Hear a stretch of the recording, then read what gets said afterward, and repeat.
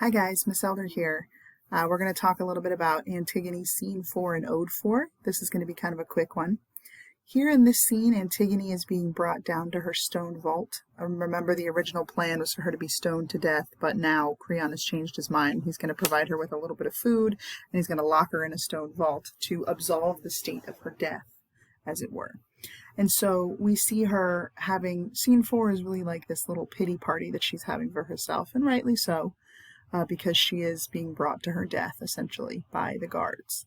And you can see what we also have in this particular scene is a lot of references or allusions to other aspects of Greek mythology that the audience would have been familiar with. So like when it says, "Now sleepy death summons me down to Acheron," it says, it'll give you some hints over here on the right hand side. I'm sure you figured that out already. They would be called footnotes, although they're not technically in the foot, they're on the side, so maybe like margin notes. Will give you some clue as to these stories so that you too can have at least somewhat of the same knowledge that the audience would have had. One thing that's really important about this particular scene is this scene helps us to understand why Antigone really can't be, actually I want to zoom, where do I want to go? Right there.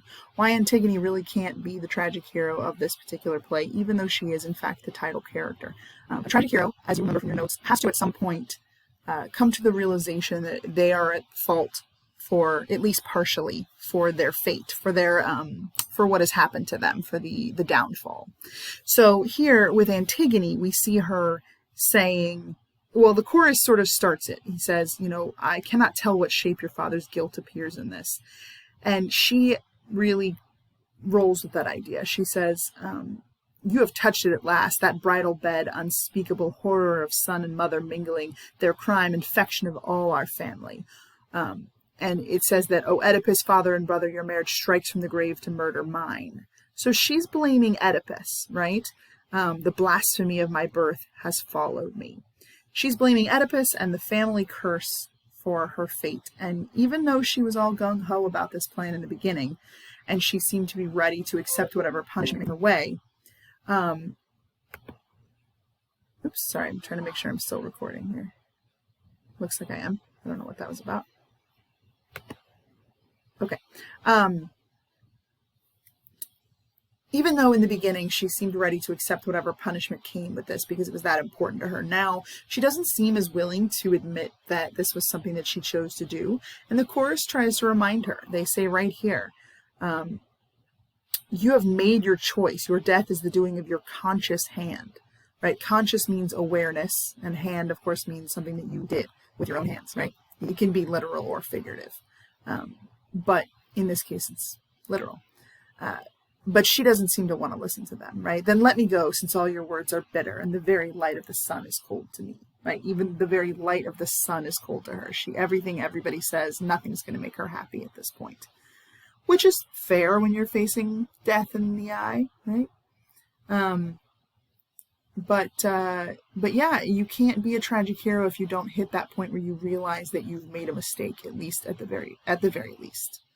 So that kind of takes out Antigone, and we're going to have to see if Creon comes up with that in his final scenes. This is Antigone's final scene. We do not see her after this, or hear from her either. Now, the ode is more of the illusions that I was alluding to earlier. Sorry. Really, what you're going to need to do is check out these little margin notes over on the side to help you get through this, but we are looking at similar situations to Antigone's in the sense of people being unjustly imprisoned and things of that nature, to kind of give you some insight into Antigone's situation as it relates to others in Greek mythology. So that's Scene 4 and Ode 4. Not a terrible amount happening, just Antigone lamenting the fact that she's about to die and not admitting her own hand in it, but still reminding us that she did it for the right reasons. Antigone's loyalties lie with her gods and with her blood before the state, whereas Creon, you can see he cares more about the state and his own power before he cares about blood, before he cares about the laws of the gods. So All right, guys, tune in next time for Scene 5.